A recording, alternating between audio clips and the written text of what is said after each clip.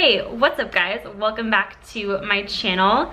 As you guys know, I've been doing Halloween makeup looks and illustrations all month long. I created this sort of like cyborg underneath the flesh kind of look. It's a working title, but anyway, I am going to get into the video where I show you guys how I created this makeup look as well as how I created the corresponding illustration, and I'm gonna try and throw in a few answers to some of your frequently asked questions regarding Halloween makeup. So I hope you guys enjoy, and let's get into it. Alright guys, so the format of this video is exactly the same as the last one. We have the makeup happening on the big screen and the art happening on the small screen in the corner.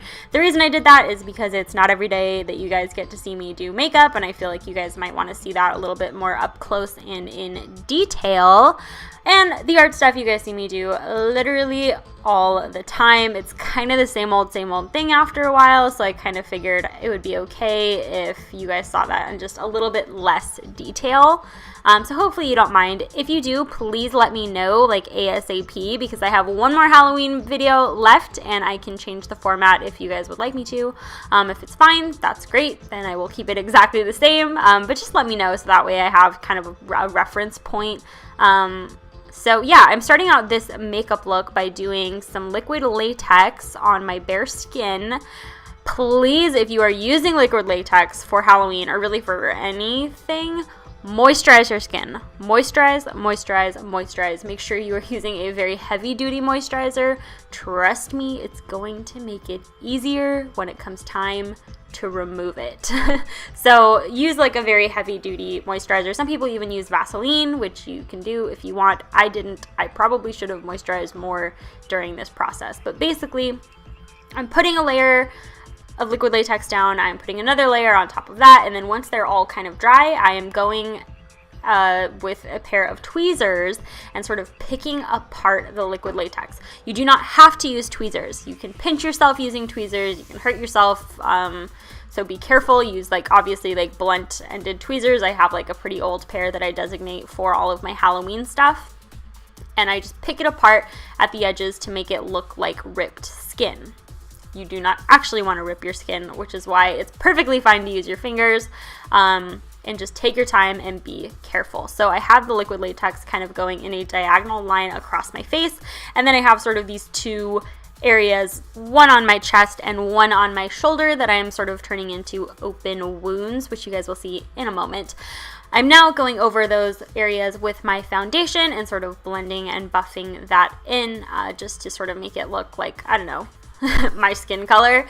Some of the liquid latex still looks a little bit off, but once everything else is in your face, it really doesn't look that weird.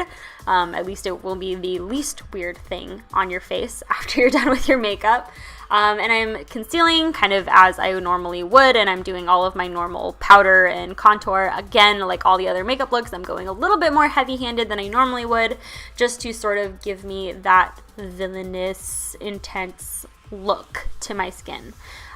Powdering down my skin and like chest area everywhere I'm applying the makeup is also a good way to help the liquid latex to look less shiny and less artificial. Although in this look, I'm turning myself into a cyborg, so I guess looking artificial wouldn't be that weird. I'm highlighting the one half of my face, which I am not planning on turning into the cyborg look, with just some normal sort of contour tones with like some taupey gray brown shadows and sort of blending that out. I do really want this contour to be very defined, but I also want it to still look like I'm a human, especially since the other side is going to look very non-human. I'm doing my brows the same way. I'm actually kind of making them look a little bit fluffier and organic as opposed to like super structured. That way the contrast on the other side is just a little bit more apparent. I'm doing just like a very basic smoky eye look. It doesn't have to be super perfect or super blended. I'm really trying to highlight the contrast between organic and inorganic in this makeup look. So that is really the biggest thing that you want to keep in mind. And if you are not a professional makeup artist, like I am not a professional makeup artist, then you don't really have to worry. This doesn't have to be like super clean and perfect and like no cut crease nonsense, nothing like that. It's not too bad. So this half of the look is actually really easy. You could do this for like an everyday makeup look. and it's pretty like straightforward and simple. So yeah, I'm applying some false lashes, and I'm making sure that the ones I'm using on this side of my face are sort of like light and wispy, and they taper at the ends to just give it a more natural look. I obviously still wanted to go for false lashes because I feel like it opens up the eyes and sort of just makes it more of like a special occasion thing, but these are entirely optional. This is also a good place for you to see up close what the liquid latex looks like and sort of how I created that ripped skin effect. I know, kind of gross, but also kind of cool. So now is the part of the video that I wanted to dedicate to answering a couple of the questions that you guys left me on recent videos and during recent live streams and things of that nature. So the first question comes from Starichi, and she asked, do you feel burnt out by Inktober? How are you managing to get every piece done with such a crazy schedule? Honestly, that's a very good question. It's a very fair question. I have been very busy lately with Inktober and my Halloween videos, and on top of that, I'm in my first semester of grad school. I'm taking 15 credit hours, which in grad school is kind of crazy, and there is one day a week where I'm on campus for literally 10 hours straight. I have 3 3-hour classes back to back, so it's hard. It's the only reason I'm really able to manage doing it is because I love it so much. I love Inktober. I love Halloween. I would do this honestly whether I had the time or not, and that is very much the case with this year. I don't really have the time. I could be managing my time better. I could be putting more attention towards other things that I have going on later in the semester. But I know myself, and I know I wouldn't dare miss an opportunity to participate in Inktober or Halloween. It's just my favorite thing. I have so much fun doing it. People now like know me as like the girl that does Halloween makeup looks and like the girl that is freakishly obsessed with Halloween. And I love doing Inktober every year because of the whole community of people that participates. So that's really the only reason I managed to do it. I would not do it if I didn't love every second of it. So I guess that's my answer. I don't know. It's a miracle how I'm doing it. I'm not really sure how, but I like that question. The second question comes from Sam. She asked, what has been your favorite Halloween makeup look so far? Well, I've only created 3 out of the 4 of them so far for this year, so I don't know. Maybe the 4th one will be my favorite. But so far, the ones that I've created this year, I think the mummy look is my favorite. I think that one turned out the coolest. I don't know. That's just my personal opinion. But my favorite Halloween makeup look of all time has to be the one that I did last year, where I sort of did like this zombie attack look, and I created like these scratch marks. I don't know. It looks cool. I'm really happy with that look, even still to this day. I think that one's my favorite. So thank you for the questions, guys. And don't worry if I didn't answer your question in this video or you asked it after I'm recording the voiceover. I can get to your question in next week's video. But let's get back to the makeup look really quickly. What I'm doing now is I'm using a white cream base to create the base for my Cyborg look. So I'm kind of drawing these geometric shapes and kind of laying them out in the shape of my face, if that makes sense. So the under eye area is more of a triangle. The cheeks are kind of like an angled rectangle. You get it. I mean, you can reference this look if you want. I pulled inspiration from several photos online, but honestly didn't really end up looking at them when I started applying the makeup to my face. And I'm shading this white base with some gray eyeshadows. I'm using kind of a mix of matte and metallic shadows because obviously I want this to look metal, so I want some parts of it to look shiny, but I didn't want it to be too distracting by having it all shiny. So I really just highlight the high points of my face and like the center of each square or shape with like a pearlescent white eyeshadow, and then the rest I'm shading in with various gray eyeshadows. So I like this. I think this is a really easy way to create like a cyborg look. The eye look was a little more intense on this side. It is sort of a cut crease, but if this is too complex for you, don't worry. Just put on like a shit ton of eyeliner and you're good to go. You don't have to make it complicated. And on this side, I also decided to pair it with a more blunt cut pair of false lashes to give that more like uniform robotic look.